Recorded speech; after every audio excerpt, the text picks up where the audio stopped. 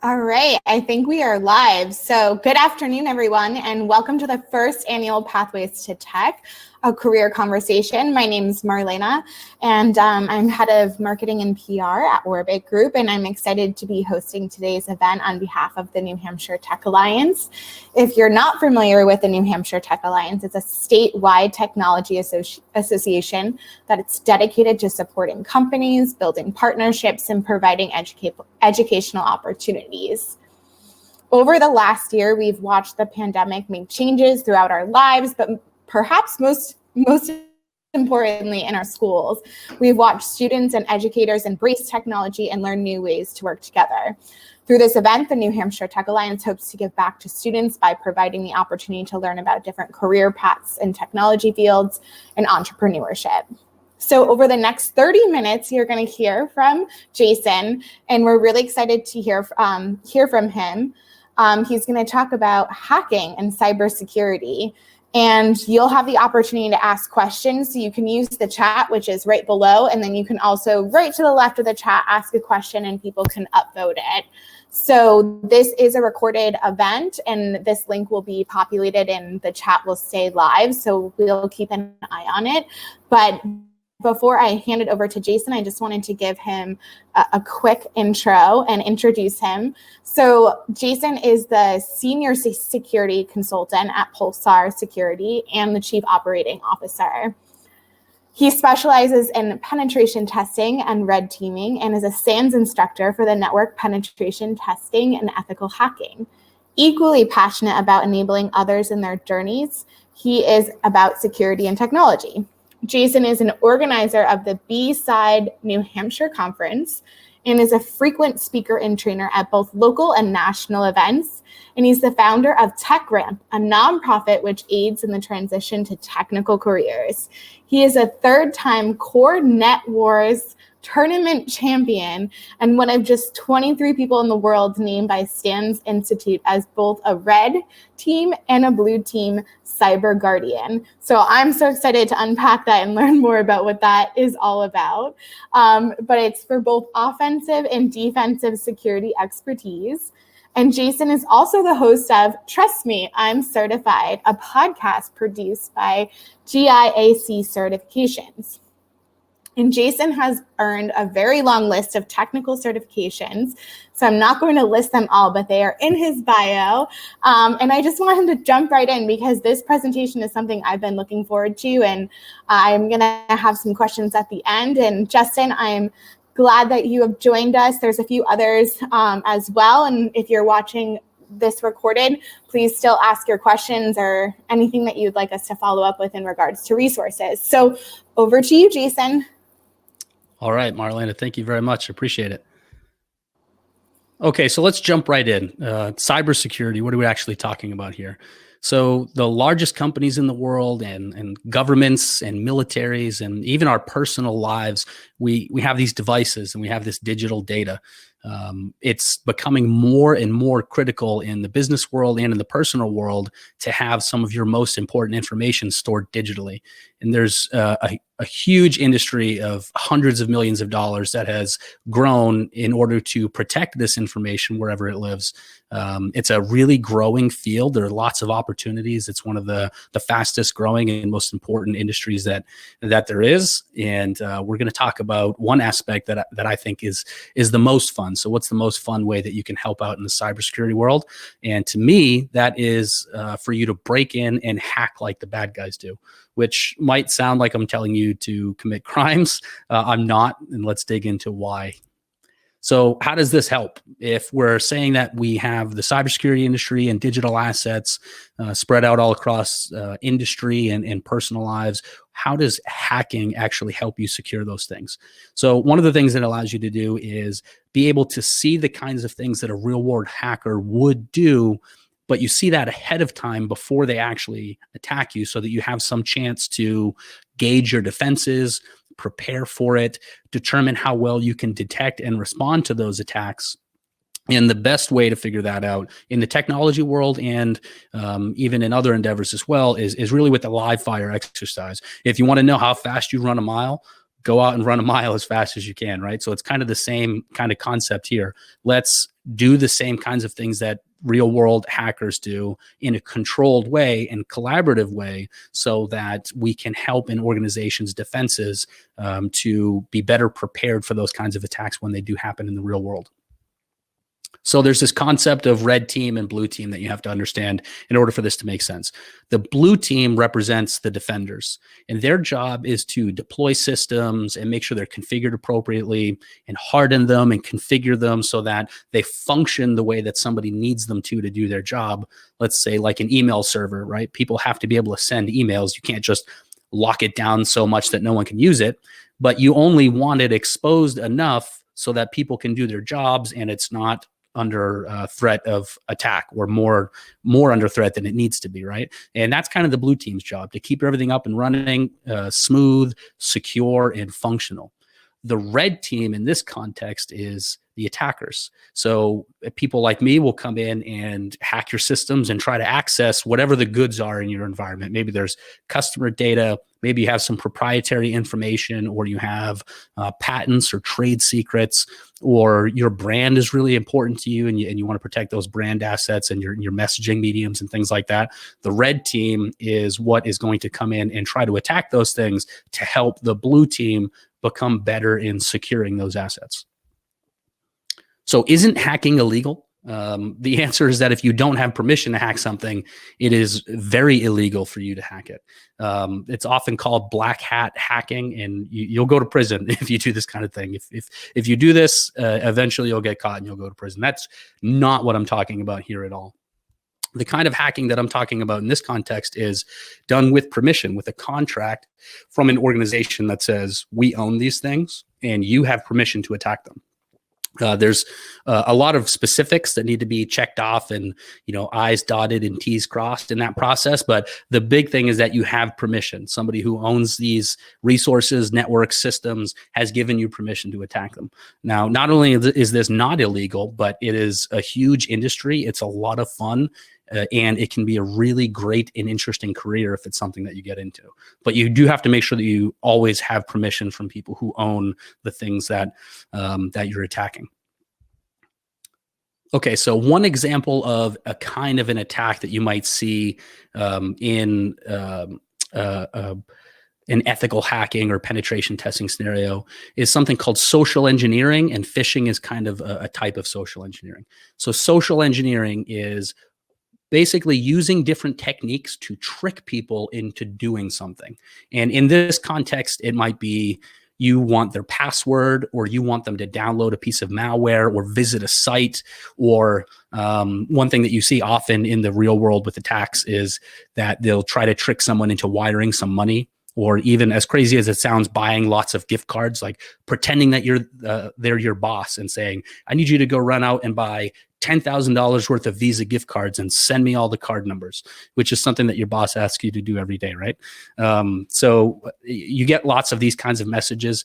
And in the professional world, preparing employees and the people who work at a company for these kinds of attacks is a really big undertaking. So social engineering and phishing, which is social engineering done over email, basically, is a really big part of doing this from a professional sense. And if you're not sure what phishing is, just go take a look in the spam box in your email account, because I'm 100% sure that it is full of phishing attempts trying to get you to buy things or click on links, or the Nigerian prince scam that a lot of people are familiar with is a really well-known kind of phishing attack. This is a huge problem in not only the corporate world, but also just in people's personal lives. You often see tens of thousands or hundreds of thousands, or sometimes even millions of dollars lost in an individual phishing attempt. So this is a really big part of the job when you're talking about hacking for good and as a career. And doing this in coordination with an organization and with the users at that organization is a really great way to educate them about, these are the kinds of things that happen, and when you fall for these kinds of scams, these can be the repercussions. So it's a really great education opportunity to actually go through the live fire exercise. And, you're back at HQ somewhere sending these emails and monitoring who's clicking on them and, who's giving you their password and logging into different systems and things like that. And then you collect all of that information and generally have a period of time after where it's the education component where you can show people what was used to attack them and how you might try to avoid that in the future. So this is a lot of fun. It's a really cool way to try to blend psychology and technology to try to accomplish a goal. So I really like these kinds of engagements. They're a lot of fun. I also like memes that have cats. Open source intelligence is kind of a newer concept, but if you think of, like this meme here on the right, if I can't find them on social media, and you have this friend that is like really great at doing that kind of thing, and they go off and find them in 5 seconds. I think this is in a dating context or something like that. That's actually a real skill, to go out and find information out there on the public internet that is just made freely and openly available. It's a skill that can be used for good, and it's a skill that can be used for bad. A lot of times it's used for bad in trying to target a specific person or organization. There's a period of time when an attacker will go and gather all of the information that they can about someone or a company, and then use that information to try to accomplish a goal within the environment. So for example, maybe we're researching a specific person and we want to try to figure out what they're interested in. That way, when we send them those phishing emails, or maybe we do social engineering over the phone by calling them, we can target things that they're interested in and more likely to respond to. Even just stupid, silly little things like, are you a Patriots fan? Well, if you click on this link, then maybe you can get tickets, right? Or sign this petition to get Tom Brady to come back to the Patriots after this season, right? So if you can get somebody to click on that, you might be able to get them to do something.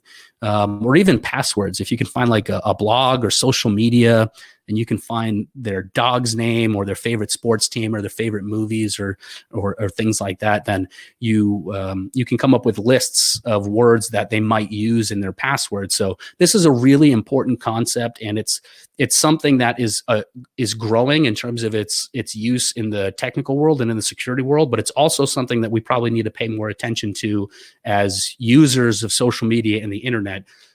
It's fantastic that all of these things exist and that we can all connect remotely, especially in a time like right now where things have been shut down for most of the last year. But there is a cost to it, right? And once you see this and you've been through this kind of an engagement, somebody says, I was able to log into your account by gathering information that you posted on the public internet.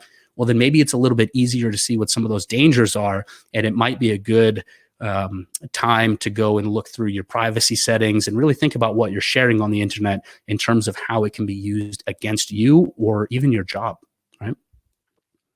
So breaking into systems is probably the most common thing that people think of when they think of hacking.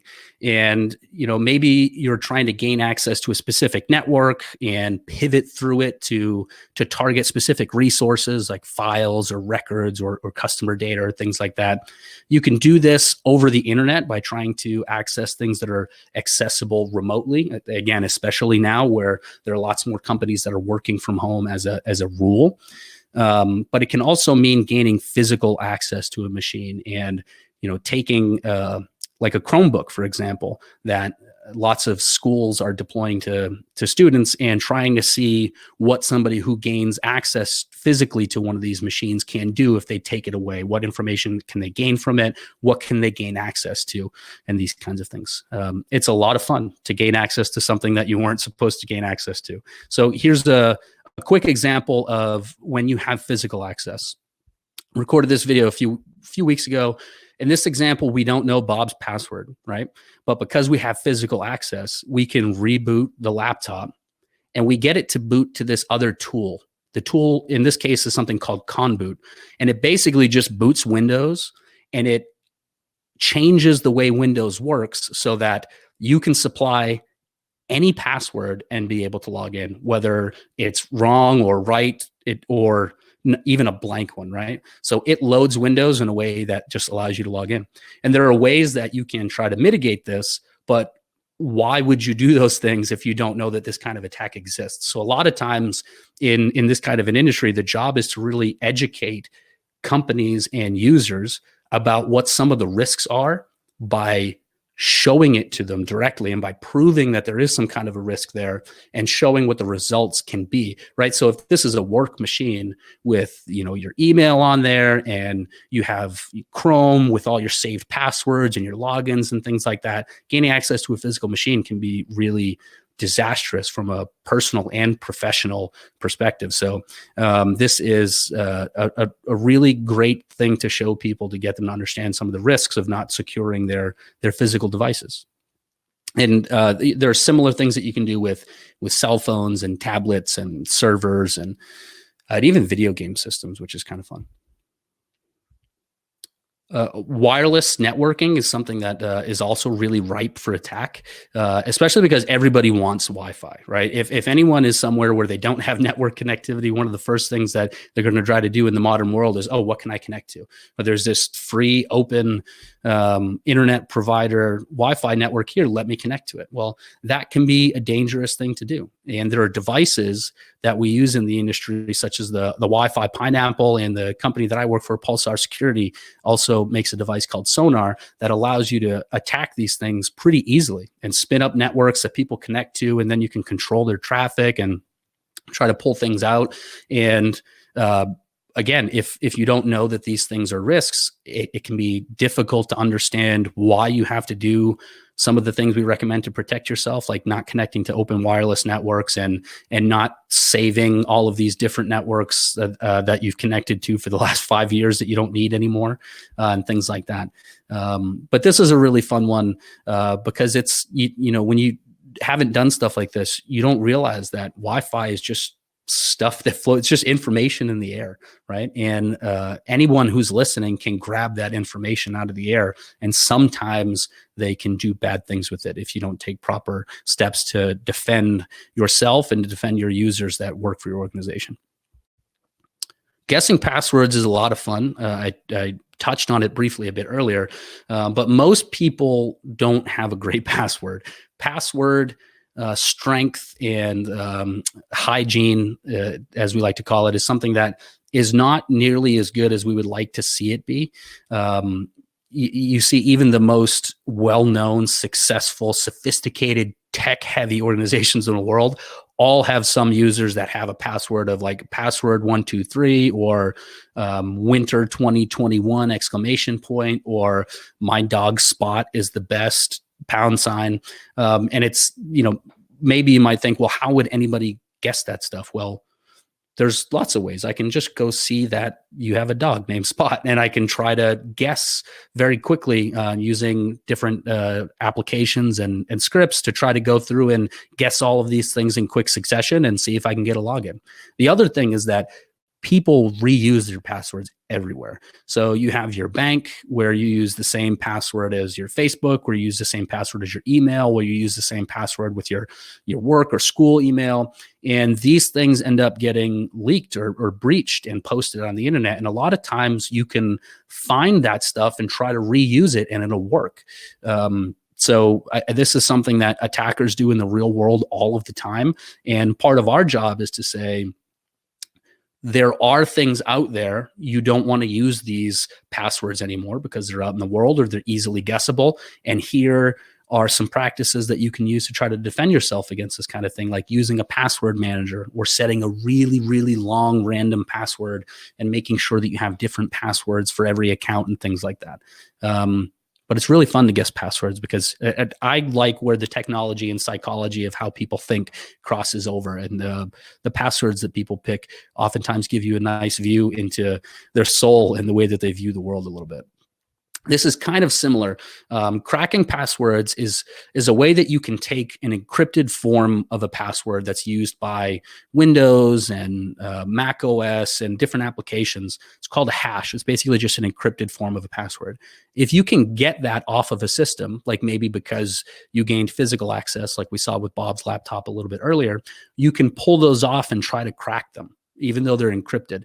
Basically, what that means is you take a guess, like the word password, you encrypt it, and then you compare it to what you're trying to crack. If it matches, you've cracked it. If not, you try again. It sounds like that would take a really long time until you learn that GPUs, the graphical processing units that you use for gaming and things like that, are really, really good at going through this process of guess and encrypt and compare. So if you see in this image over here on the right, there are two graphics cards in here, and it says speed number 1, speed number 2. I have 103.4 GH per second, which is billion hashes per second. And that's basically times 2 for a total speed of 213 billion hashes per second. And that can go through lists and even all possible combinations for certain kinds of passwords very, very quickly for not that much money. This is not tens of thousands of dollars to do this. You can do this for a few grand. And here you can see that they cracked the password and found out that the password was Shrootbucks. I really like password cracking because I like the scale of it. And to me, to do anything billions or trillions of times per second and have that equate to accomplishing something in the real world is just like really interesting. So password cracking is something that happens often and is one of my favorite things about working in security. Okay, so those are a few examples of some things that you do as a professional legal hacker. Now, what are some of the traits that might lend themselves to wanting to work in this industry or being interested in it and liking it and being successful at it? Solving puzzles is a big one, something that I see among lots of people who are really happy and successful in the industry. You have to appreciate a challenge because, going through the examples like I just did, it might seem like it's really straightforward, and it can be sometimes, but you spend a lot of time just trying to figure it out, where you're seeing technology you've never seen before, and you're trying to get it to work, and it's just not working, and you're just face palming all day, and then eventually you get it, right? So you got to kind of enjoy torturing yourself a little bit because there's a payoff at the end, and it's a lot of fun. Curiosity is a great one, especially because you cannot learn everything in technology. It's just things happen too quickly. Things change too quickly. There's new stuff coming out all the time. So you have to have a little bit of that curious nature in order to go try new things and learn new things and try to see how you can quickly apply them to try to solve a challenge. That's a really important part of it.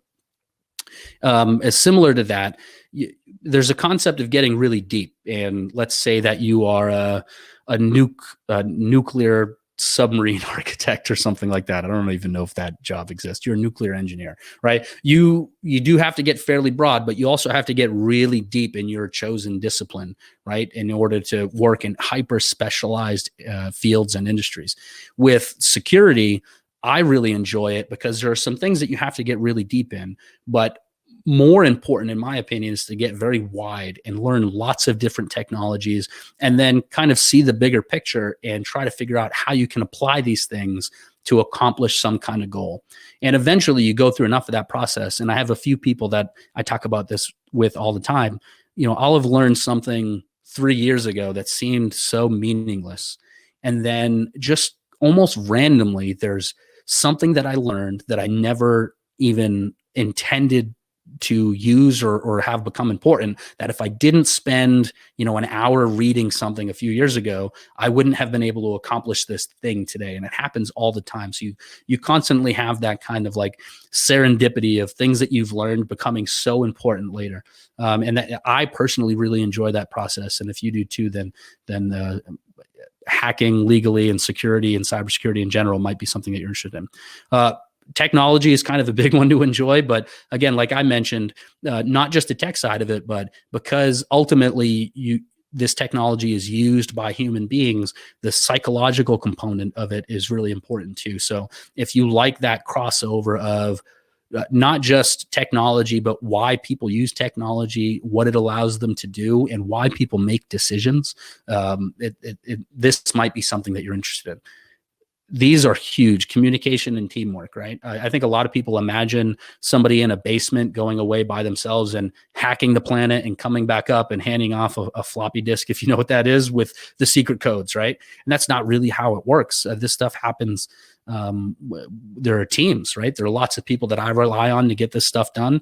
And lots of times when I can't do something or when I'm struggling or frustrated, then it's another team member that comes in and kind of helps me figure it out, or that's performing another part of an engagement while I'm focusing on something else.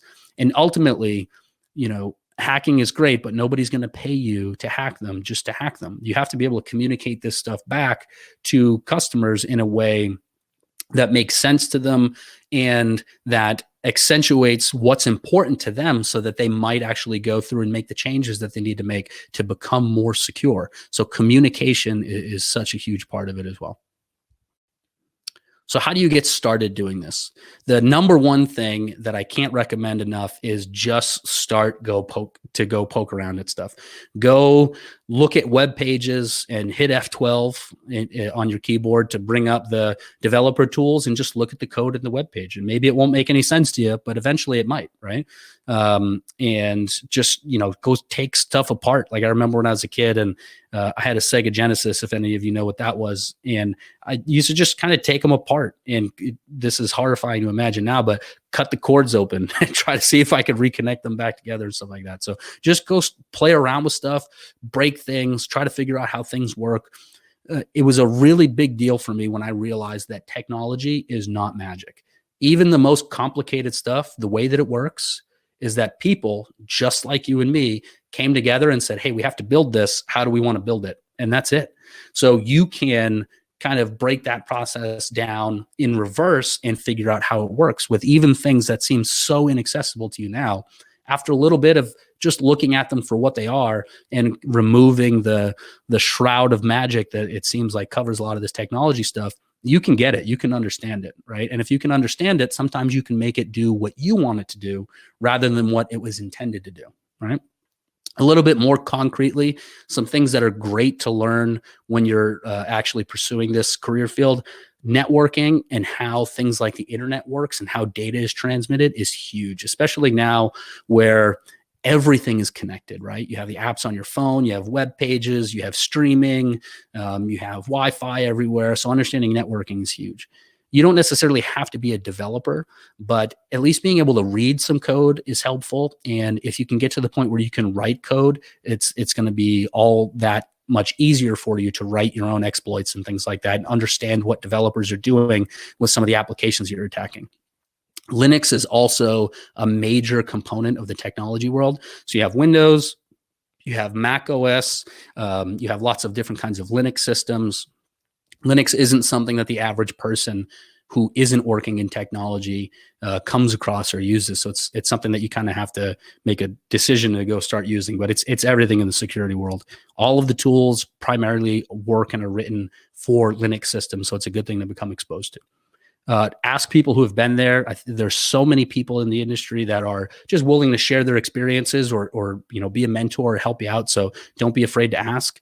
There are lots of cybersecurity degrees out there in the world now. There weren't necessarily when I was a kid and coming up, but there are lots available now. And if you can get that or a computer science degree, it can be helpful. You don't necessarily need it. I didn't have a degree in either of those things when I started in the industry, but it is a bit easier probably to get started now with them than without them. And again, just go break stuff. Like, break stuff that you're allowed to break. Don't break your parents' stuff. Don't break stuff that you don't own. Just go break things and see if you can put them back together. Technology, applications, all that kind of stuff. Just break stuff and see how it works. It's a lot of fun. So a few resources that I can make sure get sent out after, but there's CyberStart America, which is a cybersecurity game and competition for high school kids specifically. So take a look at that. There's also things like Hack the Box and Try Hack Me, which are websites that create these challenges where there are systems that you actually hack into. And there's lots of walkthroughs and videos about how to do those things if you're trying to learn it as well. So those are two really great resources. There's an organization called the SANS Institute that I teach for that does a kids cyber camp now a couple of times a year. If you go to that URL, you can see a few of the videos and presentations that they've made available there as well, which are really great resources. There's also runcode.ninja, where you can go to code in C# or Python or Java, and do different kinds of challenges, which for me is a really great way to learn how to do these things, to try to accomplish something specific. And then you get, points and a score, and it's fun, and it's really cool. So check that out. Okay. That was my presentation. I really appreciate you listening. What questions do we have? All right. So thank you so much, Jason. That was action-packed. There were so many things to kind of unpack from that, but I want to go straight to the chat with one of the questions from Justin. So what advice would you give to junior candidates looking to get into the security space, get as many certificates as possible, or are there certain careers they should target?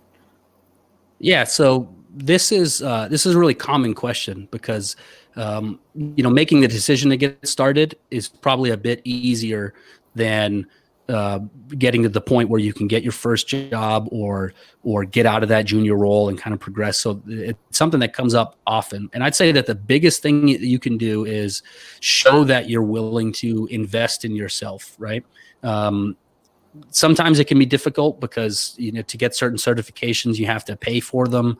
You might have to take a course. There are some that are a bit more affordable and accessible that you can pursue on your own without breaking the bank. Things like CompTIA Security Plus or Linux Plus or things like that. So there are some out there that are a bit more affordable.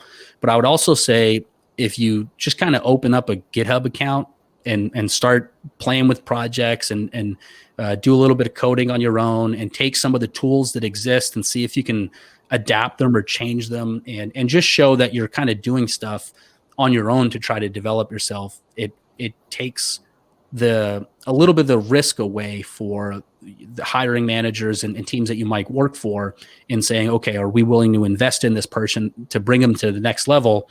I think they're more likely to say yes if you've shown that you're willing to kind of invest in yourself and work on yourself. So I'd say that that's probably my biggest piece of advice. Great, thanks. And then I guess would you want to share a little bit about how you got into this space, or any thoughts around like internships, or even if your company is currently hiring for interns in this space? Yeah. So my personal journey to work in cybersecurity was a little bit different. Like I said, starting with a degree in computer science or cybersecurity is a good start, and I didn't. I studied finance, and I started off as a sales guy at a software company, and then I had the opportunity to review the technology and learn more about it, and even like peek at the code a little bit. So then I started wanting to learn how to code. And then you learn about some of the flaws that you can make when you're coding and how people take advantage of those. So then I started looking at the security world a little bit. And then I was at a small enough company here in New Hampshire that allowed me to transition from a business role to a technical role. And then that was just kind of the end of it. I never looked back. So for me, I didn't even know that this was an industry. I had no idea that you could do this stuff for a job. But once I found out that you could, I was kind of hooked, and I never really looked back. So it's, hopefully someone else can see that and go through the same kind of journey, maybe a little bit easier and a little earlier than I did, but still, I think, hopefully somebody hears this and decides that it's what they want to do. In terms of the company I work at specifically, it's a security firm called Pulsar Security. It's in Londonderry, New Hampshire. And we are always looking for interns. It's not necessarily that, we open up a certain amount of slots. We're kind of a small company. So we take on interns, as we need them and as they're available. So I would say that if you're looking for an internship and you're looking for potential opportunities, absolutely reach out to us. My email is jason@pulsarsecurity.com. Our website's pulsarsecurity.com. Check us out. Check out other companies. Just always ask, because you never know what you're gonna get. If you ask, you're much more likely to get something than if you don't ask, right? So, yeah. Good point. Yeah, thank you for just a very comprehensive overview of this space. I think there's so much to still unpack, but it was like a very nice overview. And so I hope that the questions keep coming in the chat. We'll check back. We'll also get all the resources in there, and we'll likely put some good stuff out on social. And in the blog on the Tech Alliance. So just make sure you subscribe to the email if you want to see more of Jason, and we'll definitely just keep the questions open. But we're right at that 30-minute mark, so we want to be sensitive of everyone's time and wrap up. But thank you so much, Jason, for joining us today, and this was a really helpful overview. Thank you. Thanks, everyone. Bye.